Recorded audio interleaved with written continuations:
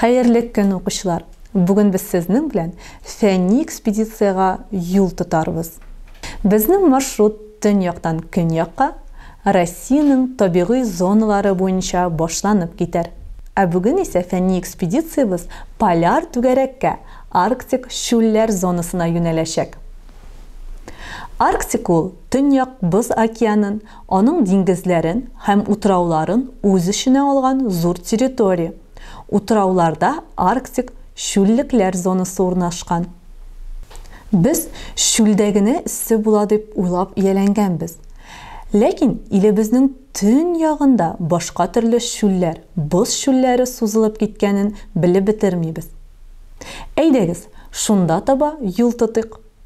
Арктик шүлләр зонасы яки бозлык зонасы Арктика утрауларында урнашкан. Бу якларда кояш бер кайчан да горизонттан югары күтәрелми. Аның нурлары җир өслегеннән шуып уза һәм аңа җылысын бик аз бирергә өлгерә. Менә ни өчен биредә кар һәм боз хакимлек итә.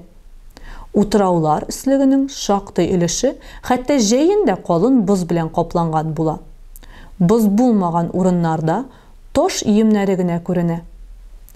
Арктика утрауларында туфрак бөтенләй диярлек ясалмый. Кышын бозлык зонасында поляр төннәр башлана. Рәттән берничә ай буена кояш бөтенләй күренми. Күктә ай яктыра, йолдызлар җемелди. Кайчак искиткеч матур поляр балкышлар була. Караңгы күктә әйтерсең төрле төсләргә кереп ялтыраган пәрдә җилферди. Көчле җилләр исә салкыннар ешая. Салкыннар ешкына 60 градуска кадәр җитә. Җәен поляр көннәр башлана. Тәүлекләр буе якты, ләкин салкын һава саклана. Температура бары тик 0 градустан берничә градуска гына югарырак. Арктика шүлләренең кырыс табигый шартларына берничә төр хайван гына ияләшә алган. Арктика шүлләренең тереклек зонасы ярлы, ләкин кызыклы. Тош өсләрендә юшкынга охшаган лишайниклар очрый. Кайчак алар төсләр чуарлыгы белән хайран калдыра. Яшел, көрән, саргылт, кызгылт дисеңме? Нинди генә юк. Сирәк кенә мүкләр дә күренгәли. Ә чәчәкле үсемлекләрдән поляр мәкләр үсеп утыра. Алар ерактан алтын йолдызчыклар сыман. Хайваннардан бу урыннарда барыннан да күбрәк кошлар. Җәен яр кырыйларында биредә акчарлаклар, гагаркалар һәм инде кайры кошлары җыела. Аларның шау-шулы төркемнәрен кошлар базары дип тә йөртәләр. Бу кошлар барысы да диңгездә тукланалар.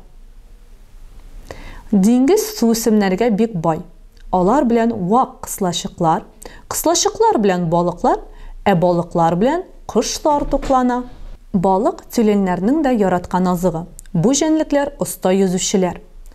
Аларның гәүдәсе озынча һәм уңай агышлы формада. Аяклары инде күптән ишкәккә үрелгән. Тюленнәрнең тире астында калын май катламы җыела. Бу аларга салкыннан сакланырга ярдәм итә. Арктика утрауларында моржлар да яши. Алар тюленнәргә охшаган, ләкин шактый эрерәк һәм моржларның нык казык тешләре бар. Суда алар үзләренә азык табалар. Ә коры җирдә боз өстенә чыгып ял итәләр һәм балалар үстерәләр. Ләкин алар коры җирдә начар хәрәкәтләнәләр һәм шуңа күрә ак аюлар корбаны булырга мөмкин. Ак аю Арктика киңлекләренең патшасы булып санала. Ул бу яклардагы яшәү шартларына бик шәп җайлашкан. Мехының ак төстә булуы йырткычны боз һәм кар көртләре арасында күренми торган итә. Бу аңа корбаны янына сиздермичә генә якынлашырга мөмкинлек бирә. Куе озын йоны аны салкыннан саклый. Киң табаны йөзәргә булыша.